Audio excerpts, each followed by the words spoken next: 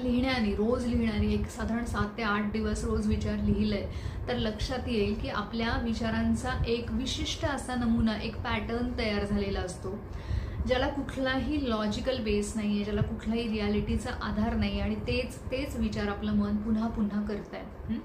मग ते वेगवेगळे असू शकतात. भूतकाळामध्ये काहीतरी घटना तुमच्यासोबत घडलेली आहे, कोणीतरी तुमचं मन दुखावलं होतं, किंवा तुम्हाला त्याचा मानसिक त्रास झाला होता एखाद्या घटनेचा भूतकाळातल्या, तर तेच तेच विचार येतात की का घडलं, नको घडायला हवं होतं, आणि हे घडलं म्हणजे खूप दुर्दैवाची गोष्ट आहे, किंवा हे घडलं नसतं तर माझं आयुष्य बदललं असतं. हे झालं भूतकाळ. भविष्य काळामध्ये काय होईल, मी जे आत्ता काम करतोय त्याला यश मिळेल की नाही मिळेल, नाही मिळालं तर मग काय होणार, मग असं कितीदा मी प्रयत्न करत राहायचे, किंवा माझं फ्युचर कसं असणार आहे, माझ्या भविष्यामध्ये मला किती अडचणींना सामना करावा लागेल, अशा काही गोष्टी असू शकतात. किंवा वर्तमानामध्ये आता सध्या ज्या गोष्टी चालू आहेत, मग त्या नात्यातल्या